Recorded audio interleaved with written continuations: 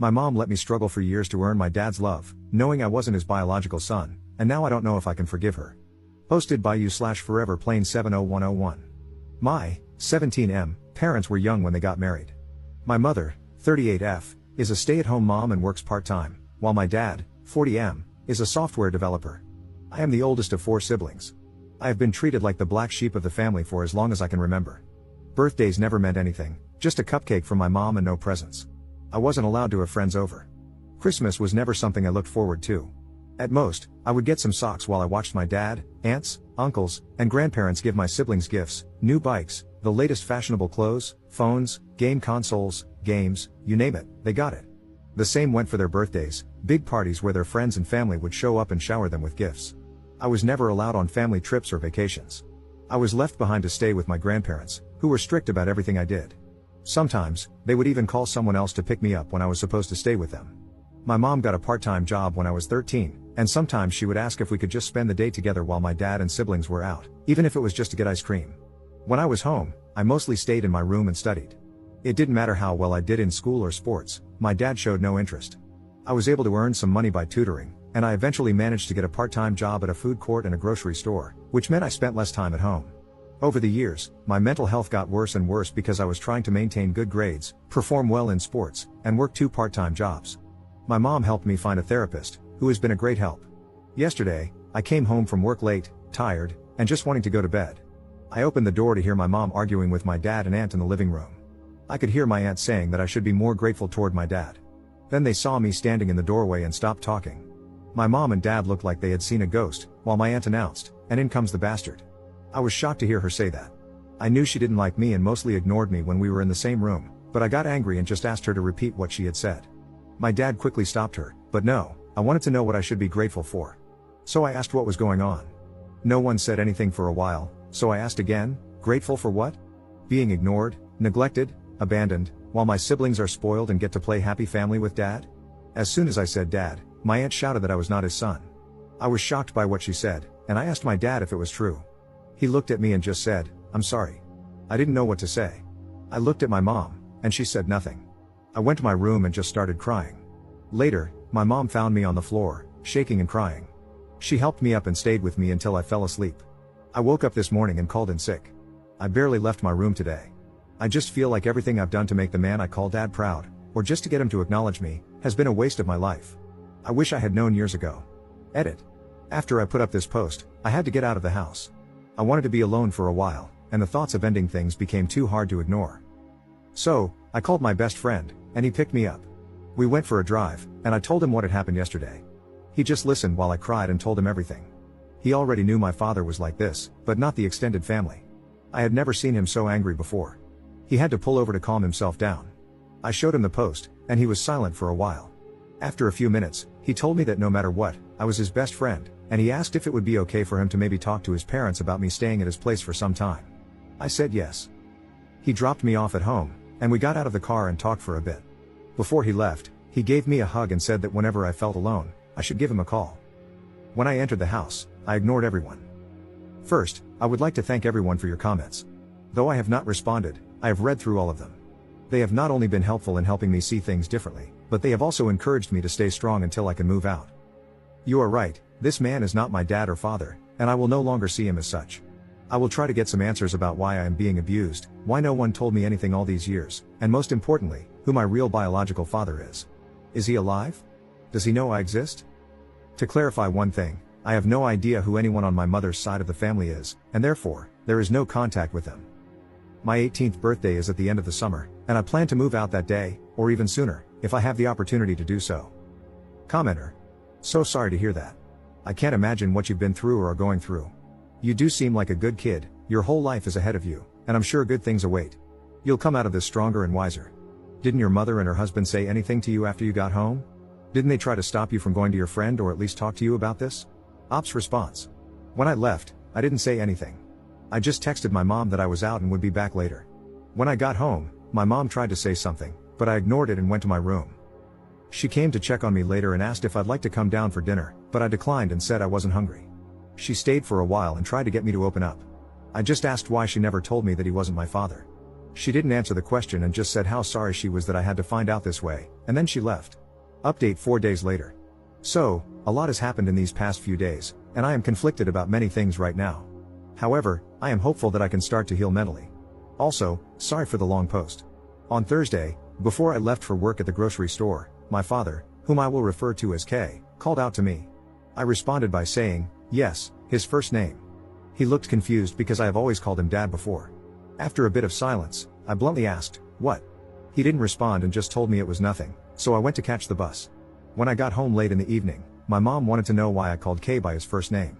I told her that he never treated me as anything close to a son, so why should I call him Dad anymore? She had no answer, but she told me he was hurt by it. I wanted to scream when she said that. Yesterday, I had an appointment with my therapist, and I cannot put into words how much she has helped me over the years. Later, my best friend called to let me know that I could stay with them if I wanted. This morning, when I woke up, my mom was already awake and making breakfast. I asked her if we could talk alone today, as it was important. She agreed to talk after breakfast because Kay had to leave for work shortly after. After Kay left, she told my siblings not to enter the kitchen for a while. I am paraphrasing a bit because it was a long conversation.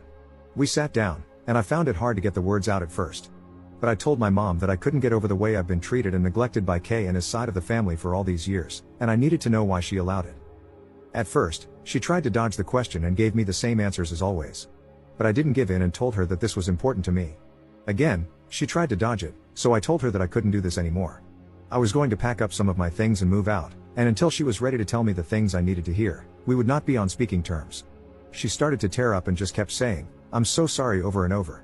It hurt me in that moment to see my mom cry, but I tried my hardest to keep my emotions in and asked her again, why? After some time, when she calmed down, she told me what happened. When she was 20 and in university, she had a boyfriend whom she had been with for 3 years. They shared an apartment along with his best friend. One night, they went out clubbing and got into an argument because she wanted to stay, but her boyfriend wanted to go home. He left, and both she and his best friend were really drunk. That night, she cheated on her boyfriend with his best friend at the club. The next day, she woke up and realized what she had done.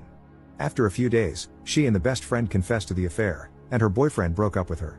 Her ex contacted her parents and told them what she had done. Her parents were furious and told her she was not welcome back home, cutting off all financial support. She had to move out, lost a lot of friends, and had nowhere to stay. She ended up living in her car for a while. When she found out she was pregnant, she didn't know what to do. She went back to the apartment to find that her ex and his best friend no longer lived there. She tried calling and texting them, but they didn't pick up or respond to her messages. She eventually got a job at a cafe, where she met Kay. He was a regular customer, and they got to know each other. Kay asked her out, and even though she told him she was pregnant, he didn't care at the time. However, Kay's parents were not happy that their son was dating a pregnant woman and a cheater and threatened to cut him out of their lives. Kay got scared and was going to break up with her, but she begged him not to and promised to be the perfect wife and have his kids. They made plans to get married soon after I was born. Kay never showed any interest in me when I was born, but my mom lived with the hope that one day he would. After hearing all of this, I didn't know what to say for a while. After thinking for a moment, I asked if she had ever tried to contact my possible biological father. She said no, but based on the timeline, her affair partner was most likely my biological father, though she couldn't be 100% sure. I asked if she had ever tried to reconnect with her family. She said she tried when she was about to get married, but her parents, siblings, aunts, and uncles didn't want to see her, so she gave up. I asked her why Kay was hurt by me calling him by his first name. She told me he had been seeing a therapist for the last 2 years because he had been suffering from depression and guilt. This surprised me. She said it started when I was 15. I had come home after a handball game, where we won, and I was awarded man of the match. I was so happy and excited to tell them about it. My mom was, of course, happy for me, but Kay just told me to put the award with the others in my room. I started crying in front of him and asked why he hated me. He didn't reply, so I went to my room and cried all night. After that, Kay felt a sadness that wouldn't go away, it only grew. My mom eventually convinced him to see a therapist. Over time, the therapist got through to him, and for the past few years, he's been living with this guilt. When I called him by his first name, he realized he had lost me. The next question I was afraid to ask, but I asked if he had ever abused her. She told me he had never abused her and that Kay had only ever loved her. The only time he ever questioned her was when she was pregnant with my younger brother, and he asked for a paternity test, which she understood. When it came back positive, he apologized and never questioned her again. The last question I asked was why I was left with people who abused me physically, mentally, and emotionally while they went on trips and vacations. She was shocked to hear about the physical abuse and asked me what had happened. I told her that I never said anything at the time because I was afraid of Kay's family members when it happened. I told her everything I could remember, but here are some of the things they did. My grandparents would scold me loudly and hit me when I was younger. My aunt never spoke to me unless she needed a favor, only to then go back to ignoring me and telling me to stay in the guest room. When I was 14, my father took the family on a 2-day trip to Croatia but left me with his older brother. His brother asked me to go to the store to buy some things, and of course, I said yes. When I came back, he opened the door, took the bags, and locked me out of the house. I sat there crying until they had all finished their dinner. Then he let me in. My mom cried the whole time while I told her everything. She told me how sorry she was. She knew they didn't like me, but this was pure hate. After the conversation, she asked if I was going to move out and where. I told her I was planning on it but wouldn't tell her where because I didn't want Kay to know where I would be staying. She started crying again, and it hurt to see her cry. The conversation was long and lasted several hours, but these are just the main points. After that, I went to my room to clear my head and think. About an hour later, someone knocked on my door, and I told them to come in. It was Kay. He asked if he could enter, and I said yes. It was the first time I could remember him ever entering my bedroom. He looked around for a bit, stopping at the shelf where I keep all of my awards and trophies from school and sports. He looked both surprised and sad when he saw the medals from when I did track and field and played football. He stopped when he saw the small man of the match award and picked it up. He held it for a while and started to tear up. Then, he put it back and sat down on the bed. Neither of us said anything for a while. I asked if Mom had told him what we talked about. He was still tearing up and slightly nodded his head. I asked him if he was aware of how I see him. He nodded again and whispered, "Yes." I asked, "So you know the extent of what your parents and siblings put me through?" He looked me in the eyes and asked if it was true. I said yes, and he just started crying. After a while, he stood up and hugged me. This was both the first time he had ever hugged me and the first time I'd ever seen him cry in front of me. I just hugged him back and started to cry too. He didn't want to let go and said how sorry he was, for the pain he caused me, for the years of neglect, for treating me like an outsider. He begged me not to move out. When he finally let go, he asked for a chance. I told him that maybe, with time, I could forgive him and Mom, but they had to earn it. However, I would not forgive his family for the things they had done. Also, for now, he was still Kay. He was hurt by this but accepted it. For now, I am not moving out.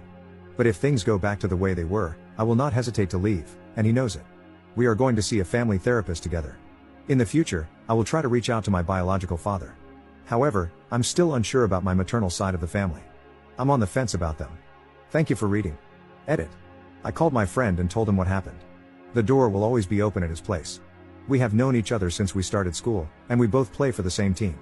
I know his parents well, and they are lovely people. I know many of you want me to move out as soon as possible, but I told them I would like to give them this one chance, and that is what I will do for the moment. Honestly, I am not scared that things will just go back to how they have been. I have been saving all of my money since I started working. To those who have been sending virtual hugs, here's a virtual hug back, and thank you. Thank you for all the comments and support. Commenter. What are they going to do about your stepfather's family's abuse? Are they going to call them out on it? And how do your other siblings treat you, obviously with the exception of your sister, who seems to love you? Ops response. Kay and Mom have spoken to my siblings, letting them know that, from now on, his side of the family will not be allowed to visit anymore for the foreseeable future. They were surprised at first, but Kay explained what happened. My brothers didn't know what to say, but my sister got really angry at Kay and Mom. I had a talk with my siblings about how hurt I was by my strained relationship with my brothers because we used to be a lot closer. It's like they started seeing me as a roommate rather than a brother some time ago. My sister has always wanted to spend time together and gets really upset if she misses my games. I let them know that I didn't care if they saw his family outside the house. However, my brothers told me they would rather try to fix our relationship. Second update 1 week later. Firstly, I would like to thank all of you who have messaged me on the last post and privately. I want you to know that I am safe and staying at my friend's house. They are willing to let me stay with them long term. These messages have not only opened my eyes but also helped me see my mom and Kay for the people they truly are. Neither of them loves me or cares about me. I have had people sharing their stories of childhood abuse and neglect and how they managed to get out. Every time I have tried to talk to my mom and Kay about the abuse, or asked my mom how she could happily leave me behind and do nothing about it, they have tried to avoid the questions, love bomb me, and say that things will change. What really got to me was a message I received this morning asking how my mom never noticed any bruises when they picked me up after trips and vacations. That sealed the deal for me. There is no way someone who is supposedly supposed to care for you wouldn't notice. This morning, I got ready to leave and packed up my things. It wasn't much that I was taking with me. When I was ready, I called my friend and asked him to pick me up when he could and to call me when he was outside. When my friend called me, I moved my things out. I let my mom and Kay know that I would be moving out. They did not take it well and started begging me to stay. I told them that I couldn't stay because it was clear to me that they didn't care about me. Kay got defensive and tried to say that this was my home and I should not leave. I asked him why, after 2 years of therapy, he has remained the same. How come, even though I tried my best, I was still treated like an outsider? He didn't say anything. I asked my mom why she let this go on for years without doing anything to stop it. Again, she didn't say anything. My brothers weren't home, so I went to say goodbye to my sister. It was really hard because she is the only one who has ever treated me with genuine kindness and love. I talked with her a bit, and when I told her that I was leaving, she looked so sad. It was harder than I thought to say goodbye to her. When I got to his car, I just broke down. We drove around for a bit before we got to his place. His dad helped me get settled in the guest room. My friend told his parents about the posts. They asked me to tell them everything, and I did. His parents talked in private for a bit and then let me know that they would rather have me stay with them long term than go back. Again, thank you for everything. Third update 1.5 months later. Just want to give an update on how I'm doing ever since I left. My best friend and his family have been nothing but wonderful. They have taken me in as their own and shown me nothing but love, kindness, and understanding. I appreciate everything they have done to make me feel safe and loved. I have met with my mom and siblings on a few occasions, but never at my old home or at my friend's house. I have made it clear that I will never step foot inside there again, and it took my mom some time to realize that. She stopped asking me to come back after I ignored her for a few weeks. I have switched therapists because I felt like I needed a fresh start in dealing with all of this.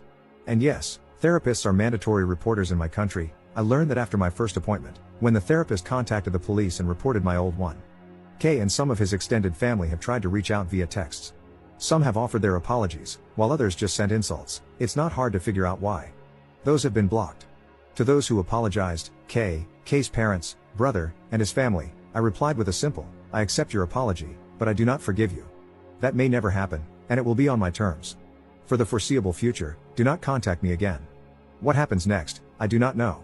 I am just going to focus on school, my mental health, and getting a driver's license. Thank you for everything. I truly appreciate every one of you, and big hugs to you all. Commenter. Bro, let's be honest, you need to keep your distance from your mom. I mean, she knew what they did to you and never tried to stop it.